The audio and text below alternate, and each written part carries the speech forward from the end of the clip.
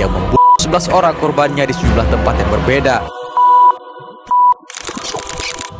Kamar mandi ini salah satu korban juga dia eksekusi di sini, dia bunuh di sini. Ketika saya marah yang ada dalam pikiran saya, gimana saya bisa melampiaskan emosi saya gitu. Pada waktu itu anak kecil itu nangis terus, jadi akhirnya saya...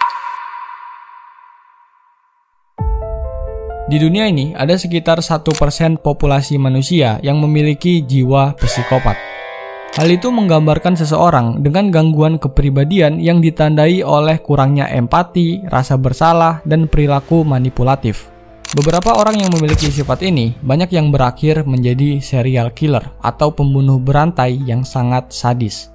Nah, dan di video kali ini kita akan membahas tentang serial killer yang berasal dari negara kita, yaitu negara Indonesia. Dikarenakan banyak sekali yang komen di video-video kemarin untuk panjangin durasi videonya, atau ya pokoknya dilamain lah videonya. Jadi di video kali ini gue nggak akan ngebahas satu orang doang, melainkan 5 orang serial killer yang berasal dari Indonesia. Maka dah kalian dengerin gue yeping berjam-jam anjing. Oh ya, dan jangan lupa juga follow Instagram gue @onlinekun, karena mungkin gue bakalan lebih aktif di sana gitu ya. Please, ayo guys, di follow guys, please guys. Dan jangan lupa juga follow Instagram pribadi gue @fakyon. Oke, mungkin langsung aja tanpa lama-lama kita masuk ke dalam video pembahasan kali ini.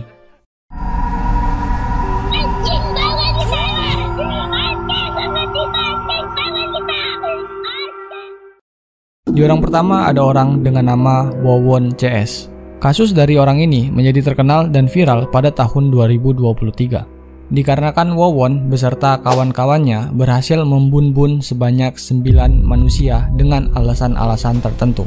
Dalam kasus ini ada sekitar 3 orang yang terlibat, yaitu ada orang bernama Solihin, orang bernama Muhammad Dede Solehudin, dan yang tentu aja Pak Wawon Erawan atau yang lebih dikenal sebagai Aki.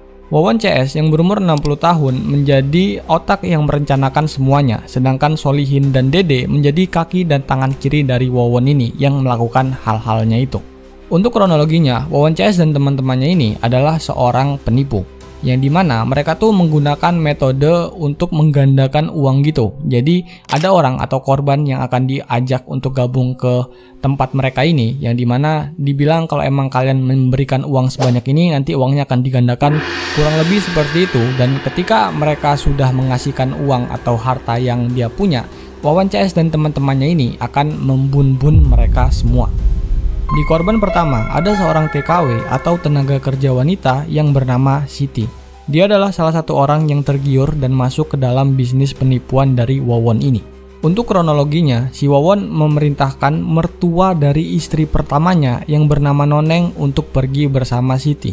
Dalam perjalanan menuju Mataram NTB atau Nusa Tenggara Barat, Noneng melakukan aksinya dengan cara mendorong Siti ke tengah laut saat di tengah perjalanan. Korban kedua yaitu seorang wanita bernama Farida. Mayat Farida ditemukan di tempat tinggalnya sendiri, yaitu di rumah kontrakannya yang berada di Cianjur. Yang dimana witness atau saksi mata, yaitu orang yang punya kontrakan tersebut, mengatakan kalau emang Wawon pernah tinggal di sana dan mengaku sebagai keluarga dari Farida. Setelah itu korban selanjutnya adalah 2 dari keluarganya sendiri, yaitu istri pertamanya yang bernama Wiwin dan mertuanya yang bernama Noneng.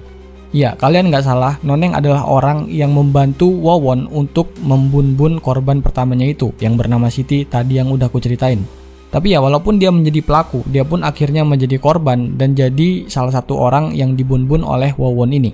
Mayat istri pertamanya yang bernama Wiwin dan mertuanya yang bernama Noneng Suryati itu pun akhirnya ditemukan di dalam satu lubang yang sama di area rumah Cianjur. Solihin atau yang lebih dikenal sebagai orang bernama Duloh adalah orang yang melakukan hal keji ini. Dalam rekonstruksinya, atau bagi kalian yang nggak tahu itu, jadi kalau emang kasus di Indonesia ya kan, kalau emang dia habis selesai atau kasusnya terungkap, itu si pelaku harus melakukan rekonstruksi atau reka ulang di tempat kejadian gitu. Nah, di rekonstruksinya ini mereka mengakui kalau emang mereka melakukan kegiatan atau hal keji tersebut pada bulan Maret tahun 2021. Pada saat itu, Wawon sebagai otak atau dalang utamanya meminta bantuan dari Duloh atau yang dikenal sebagai Solihin untuk melakukan nya itu. Nah, pada pukul 22 WIB atau pada jam 10 malam, Dede Solehudin atau pelaku ketiga diminta atau diperintahkan untuk menjemput Noneng dan Wiwin untuk mengantarnya ke rumah Dulo. Menurut pengakuannya, orang yang pertama untuk disuruh masuk ke dalam rumahnya atau ya orang pertama yang akan dibunbun itu adalah mertuanya yang bernama Noneng. Dan Wiwin menunggu kelanjutannya, menunggu di luar sambil ngobrol. Wah, ini gila banget sih. Ya, gue nggak perlu ngasih tahu kejadian secara detailnya karena ini beneran brutal banget yang anjir lah pokoknya. Tapi ya intinya sudah ada lubang yang disiapkan untuk membuang tubuh-tubuh korbannya coy.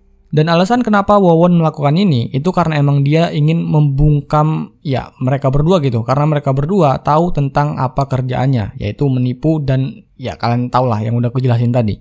Makanya mungkin Wawon tidak percaya sama mereka berdua dan ya Wawon pun menyuruh dua tangan kanan dan tangan kirinya untuk melakukan hal itu. Habis Ibu Noneng Suryati langsung Wiwin Winarti langsung di satu lubang 2 orang. Nggak cuma di situ aja, lanjut lagi ada korban selanjutnya, yaitu istri keduanya kalau nggak salah, yang bernama Halimah. Nah, untuk korban yang satu ini ada 2 kemungkinan. Ada yang bilang dia meningsoi karena emang dia dibunbun, dan ada juga yang bilang kalau emang dia meninggal karena dia sakit. Pada tahun 2016, saat kematian dari Halimah ini, dia pun dibawa balik ke kampung halamannya. Di situ keluarganya masih mempercayai kalau emang Halimah itu meningsoi karena emang penyakit yang dia punya atau penyakit yang dia idap. Tapi ya akhirnya pada tanggal 23 September tahun 2016, tim khusus melakukan ekshumasi makam Halimah. Jadi bakalan nggak tahu ekshumasi itu kayak penggalian atau pembongkaran jenazah lagi. Mereka melakukan itu untuk mengungkap atau fakta di balik kematian dari Halimah. Dan ya benar saja ternyata Halimah menjadi salah satu korban dari kasus Wawon CS. Oh ya, gue lupa ngomong, jadi ternyata si Halimah ini adalah istri siri atau istri ilegal dari Wawon CS. Nah, si Halimah ini juga sudah pernah nikah sama orang lain dan dia juga pernah punya anak sama orang lain, yang dimana di sini dia punya anak bernama Ai Maimunah. Nah, ini kalian akan sangat bingung dengan alur ceritanya karena emang si Wawon ini ya, dia tuh musang birahi kalian nih, banyak banget istrinya cok, gue aja sampai bingung anjing. Tapi ya intinya si Halimah itu punya anak yang bernama Ai Maimunah dan si Ai Maimunah ini dinikahin sama Wawon. Ya, jadi statusnya tuh si Ai Maimunah itu anak tiri dari Wawon karena emang dia anak istrinya, yang dimana istrinya itu udah punya anak duluan sebelum nikah siri sama si Wawon. Kalian paham gak sih guys? Bodoh amat lah kalian paham apa enggak ya. Sumpah gue juga ikut bingung ini, cuman kalian dengerin aja dan ikutin ceritanya ya. Nah, jadi dari pernikahan Wawon dan Maimunah, mereka berdua menghasilkan sebuah anak yang bernama Bayu dan Neng Ayu. Tragisnya, 2 anak kandungnya itu sendiri yang masih berumur 2 tahun dan berumur 5 tahun dibunbun dikarenakan rewel tiap malam. What the f***? Ya, ini udah parah banget sih. Jadi ya pada saat itu anaknya Bayu yang masih berumur 2 tahun dibilang ingin dititipkan ke rumah nenek Wawon yang berada di Mataram untuk disunat. Nah, di situ Wawon berbohong dan dia pun memberikan anaknya ini ke temennya, yaitu Solihin alias Duloh untuk mau bawa ke Mataram, mau bawa ke nenek saya, padahal itu bohong. Padahal alasan aku mau dibohong itu anak itu rewel sekali, tiap detik, tiap jam, tiap malam. Padahal dikasih jajan, nangis dengan nangis. Aku sudah malu sama tetangga apa gitu. Aku nyuruh Pak Solihin aja, udah aja. Iya oke, kata Pak Solihin. Nggak cuman berhenti di situ aja, Wawon dan kelompokannya ini masih melakukan aksinya tanpa henti. Ada lagi kasus terbesar yang dia lakukan, yaitu dia melakukan pembunbunan berencana kepada keluarganya sendiri dengan cara meracuni minuman yang mereka minum. Ada 5 orang yang sudah ditarget oleh Wawon dalam rencananya ini. 3 dari 5 orang tersebut akhirnya meningsoi dikarenakan minuman yang mereka minum. Korban pertama yaitu adalah Ridwan Abdul Muiz yang berumur 23 tahun, terus ada M. Rizwandi yang berumur 17 tahun, dan istrinya sendiri yang bernama Ai Maimunah yang berumur 40 tahun. Sedangkan 2 orang yang selamat itu adalah anaknya yang bernama Neng Ayu berumur 5 tahun, dan Dede Solihun yang berumur 34 tahun. Ya, kalian pasti gak nyangka ini kenapa tangan kanan dari Wawon, yaitu si Mas Dede ini, bisa juga menjadi korban dalam keracunan ini. Ya, jadi ini beneran plot twist karena si Dede ini ingin ngelabuhin polisi dengan cara meminum racunnya juga. Yang dimana hal satu ini akan dia jadikan alasan kuat untuk menjauhi atau kabur dan lolos dari tuduhan-tuduhan yang akan datang gitu. Jadi ya ini lumayan pinter dan plot twist banget sih. Gue juga kaget pas bacanya coy. Dan ya, akhir cerita dan akhir dari Wawon CS dan teman-temannya, mereka pun akhirnya ditangkap dan diadili pada tahun 2023. Hakim agar saudara jatuh pidana mati. Ya. Untuk itu ketemu sama keluarga. Selanjutnya ada orang bernama Rian Jombang. Ya, sebelum bahas serius, tadi kan gue habis searching ini orang kan. Terus gue nemuin kalau emang dia ini pernah berantem sama Habib Bahar, anjing. Coba ini random banget tapi ngakak coy. Karena gue inget dulu meme-nya dia yang ngegebukin orang. Emang suka berantem kayaknya Habib satu ini. Jadi ya, Rian Jombang atau yang punya nama panjang Ferry Idam Henyansyah adalah orang yang lahir pada tanggal 1 Februari tahun 1978. Dia masuk list di dalam video ini karena emang dia adalah salah satu serial killer atau pembunuh berantai di Jakarta dan Jombang, yang dimana dia sudah memakan korban sebanyak 11 manusia. Menurut pengakuannya Rian, korban pertamanya atau orang pertama yang dibun-bun Rian adalah orang bernama Guru Setio Pramono alias Guntur yang berumur 27 tahun. Pada saat itu dia lakukan di bulan Juli tahun 2007 di rumah orang tua Rian yang ada di Jombang. Untuk kronologi atau apa yang dia lakukan kepada Guntur ini, gua nggak bisa kasih tahu guys, karena terlalu brutal. Kan kalau emang pengen tahu, kalian cari tahu sendiri aja. Tapi ya intinya, mayat korbannya itu ditemukan di kolam ikan di halaman belakang rumahnya orang tuanya itu. Nah, dari sini agak lumayan susah nyari info timelinenya atau kapan saja terjadi. Tapi intinya, gue menemukan kalau emang ada 11 orang yang ditemukan jasadnya di tempat-tempat yang berbeda. Oke, langsung aja. Dalam penggalian pertama di halaman belakang rumahnya di Jombang pada tanggal 21 Juli tahun 2008, ada 4 orang yang ditemukan di dalam penggalian pertama itu, yaitu orang yang bernama Vincent Yudi Priyono berumur 31 tahun, Ariel Somba berumur 34 tahun, Grady Glenn Adam Tumbuhan yang ternyata dia adalah artis. Terus ada Guru Setio Pramono alias Guntur berumur 27 tahun, yaitu korban pertamanya tadi. Nah, terus mereka pun menggali lagi, yang dimana di penggalian kedua pada tanggal 28 Juli tahun 2008 ditemukan lagi sebanyak 6 rangka atau tulang-tulang korban. Yaitu ada orang bernama Agustinus Fitri Setiawan yang berumur 28 tahun, Nani Hidayati yang berumur 31 tahun, Sylvia Ramadhani Putri yang berumur 3 tahun, yang dia adalah anak dari Nani Hidayati. Terus ada Muhammad Aksoni yang berumur 29 tahun, ada Zainal Abidin yang berumur 21 tahun, dan yang terakhir ada Muhammad Asrori alias Aldo. Terus ada satu tempat lagi yang digunakan untuk menyembunyikan itu-itunya, yaitu di dekat kebun binatang Ranggunan, yang dimana ditemukannya mayit dengan kondisi sudah dimutilasi, yang ternyata setelah diidentifikasi itu adalah orang bernama Heri Santoso yang berumur 40 tahun. Ya, sebenarnya ini adalah kasus pertamanya yang dimana membuka semuanya atau hal-hal keji di balik Rian Jombang ini. Jadi ya, pada tanggal 12 Juli tahun 2008 setelah ditemukannya mayit bernama Heri Santoso ini, Rian Jombang pun langsung ditangkap bersama temannya yang bernama Noval, dikarenakan mereka berdua menggunakan kartu ATM pribadi Heri untuk berfoya-foya. Gerak-gerik mereka pun tertangkap CCTV, dan salah satu pengakuan yang dia lakukan sebelum dia dismember bodinya itu gila banget. Jadi ya dibilang kalau emang dia menghabiskan waktu sekitar sejaman untuk memotong bagi tubuhnya supaya bisa dibagi-bagi di dalam plastik dan kresek gitu-gitu supaya bisa dibuang. Apartemen saya ada mayat, bagaimana saya harus membuang itu mayat.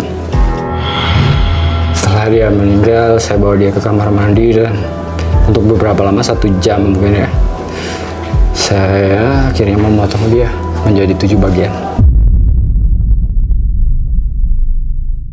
Setelah media memberitakan kasus yang dilakukan oleh Rian, banyak masyarakat yang melaporkan kerabatnya itu menghilang, yang dimana info terakhirnya mereka tuh sama Rian atau berteman dengan Rian ini. Hingga akhirnya ya mulailah cocokologi dan polisi pun mulai menemukan sesuatu yang janggal. Akhirnya seperti yang udah ku ceritain tadi, polisi pun membongkar salah satu halaman di belakang rumahnya Rian Jombang dan dia pun menemukan banyak sekali mayat-mayat yang bahkan sebagian udah tinggal kerangkanya doang. Ya, gue lupa ngomong, tapi kalau emang Rian Jombang ini, dia juga punya penyakit yang bisa dibilang kelainan coy, yang dimana dia tuh suka sama sesama jenis atau gay. Yang sebenarnya sih ini gue ya tahu gitu perasaannya, karena emang dia beneran dari lahir gitu. Namanya penyakit guys, bukan dibuat-buat atau ya kalian tau lah tren-tren boti kayak sekarang. Yang intinya dia tuh punya kelainan lah gitu coy. Nah yang menarik dari orang satu ini, di salah satu interview atau dokumenterinya, dia dibilang saat dia muda dia tuh sangat mempelajari Al-Quran guys. Yang dimana dia tuh pokoknya ngepelajarin banget lah. Rian is very religious. He is more religious than the average people in Indonesia. Nah, di dokumenterinya sendiri diceritakan kalau emang Rian Jombang ini, dia tuh punya guru agama yang mengajari dia tentang Al-Quran dan segala macamnya itu. Yang dimana ini sangat tabu, tapi mereka berdua jatuh cinta sesama lelaki. Pada waktu itu, saya merasa bahagia karena ada sandaran buat saya, karena saya nggak bisa bersandar dengan orang tua. Ada dia merupakan anugerah buat saya pada waktu itu. Tapi suatu hari si gurunya ini dia tuh menikah sama cewek coy. Nah mungkin di situ turning pointnya dia yang membuat dia menjadi orang yang beneran wah. Karena emang menurut orang tuanya juga kalau emang dia sangat marah, dia tuh beneran marah banget. Jadi ya ada kayak apa sih mental disorder atau apa gitu. Pokoknya punya kepribadian yang beneran wah gitulah guys. Gue agak bingung jelasinnya, cuman kalau emang kalian paham. Tapi bukan mental disorder yang dari TikTok gitu ya guys ya, yang orang-orang sok-sokan. Nah untuk pengakuannya inilah yang dia rasakan setelah dia melakukan hal-halnya itu. Shock, nangis, terus kecewa luar biasa, kekecewaan yang luar biasa, kecewaan saya. Emosi saya jadi labil, terus mental saya jadi nggak karu-karuan. Saya pikir apa yang sudah saya lakukan pada pembunuhan itu, perpisahan saya dengan dia ada dampaknya banget, sampai saya tertidur di pinggir pintu. Dari situ muncullah niat jahat saya untuk membunuh dia.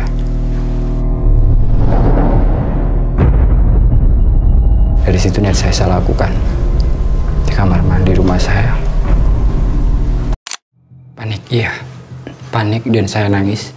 Saya terduduk, di tangan saya banyak darah.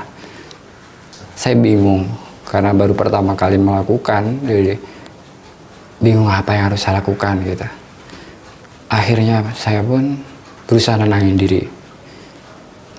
Dengan akhirnya mayat itu saya angkat ke belakang rumah di kebun, saya lempar ke kolam ikan. Di situ ada kolam ikan. Lalu saya kuburin di kolam ikan itu. Setiap kali aku melakukan tindakan-tindakan keji yang seperti itu, aku selalu menangis tanpa bisa melakukan apa-apa. Hingga aku pun semakin terseret masuk ke dalam jurang yang gelap dan dalam. Mataku seakan melihat di kegelapan, meraba dan hanya bisa meraba tanpa bisa lagi aku membedakan mana bentuk bayangan yang sesungguhnya. Akhir ceritanya, Rian pun dijatuhi hukuman mati oleh Pengadilan Negeri Depok pada tanggal 6 April tahun 2009. Nah, tapi di sini gue nggak ngerti kenapa dia belum dihukum sampai sekarang, yang dimana dia masih menetap di penjara gitu.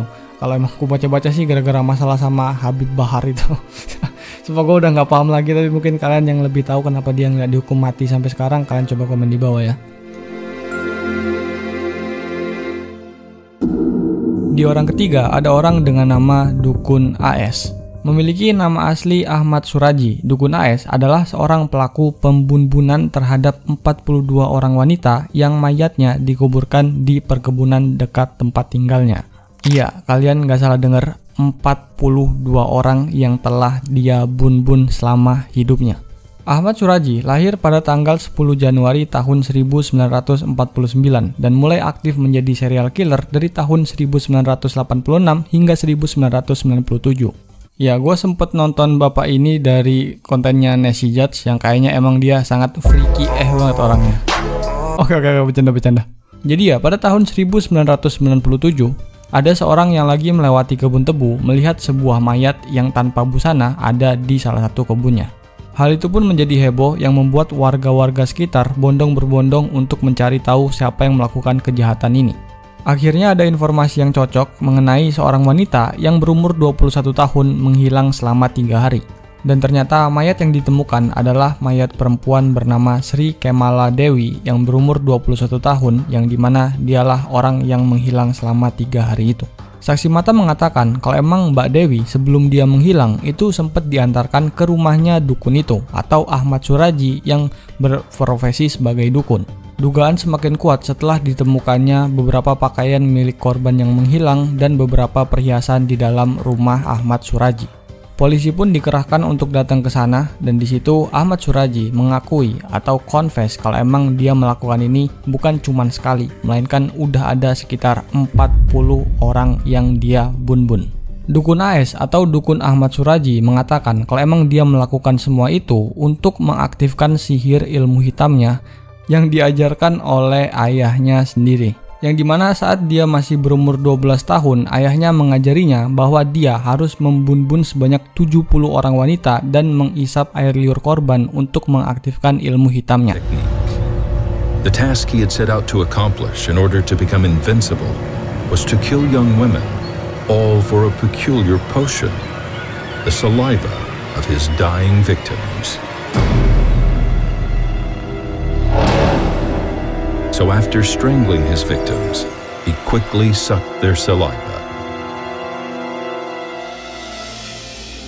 He believed that if he wants to get his powerful, he must kill 70 women. It's a twisted belief and he must swallow the saliva from his victim. Iya, sangat gila bukan? Oke, kita balik lagi ke topik awal-awal. Mungkin kalian banyak yang bertanya, kenapa banyak sekali korban yang percaya dan ikut masuk ke dalam jebakan dukun AS ini. Jadi ya, sama seperti dukun-dukun lainnya yang suka nipu, Ahmad Suraji juga, dia tuh membuka praktek dukun dengan imbalan pesugihan gitu. Atau ya sama lagi, metodenya kayak bikin banyak duit lah. Dan dikarenakan tahun-tahun segitu masih banyak orang-orang yang percaya dengan hal begini, akhirnya banyak orang yang terjatuh diperangkap dan dijadikan tumbal sama Ahmad Suraji.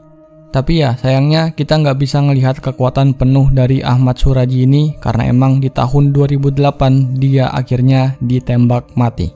Semua upayanya itu jadi sia-sia dikarenakan dia tidak mendapatkan kekuatan sakti yang katanya dibisikin dan dijanjikan oleh bapaknya. Dan 42 nyawa orang melayang sia-sia karena kebodohannya yang satu ini.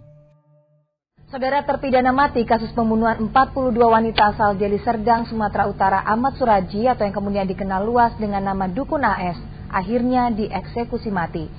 Eksekusi ini dilakukan di sebuah tempat di Deli Serdang dan kemudian jenazah dibawa ke rumah sakit untuk diotopsi guna memastikan kematiannya. Setelah diotopsi, jenazah kemudian disolatkan di musola di rumah sakit. Oke, jadi itu dia pembahasan tentang 5 serial killer yang berasal dari Indonesia. Yang dimana pembahasan pertama gue hitung jadi 3 orang karena emang ya ada 3 orang yang terlibat gitu. Dan ditambah 2 lagi selanjutnya jadi pas 5 ya guys ya.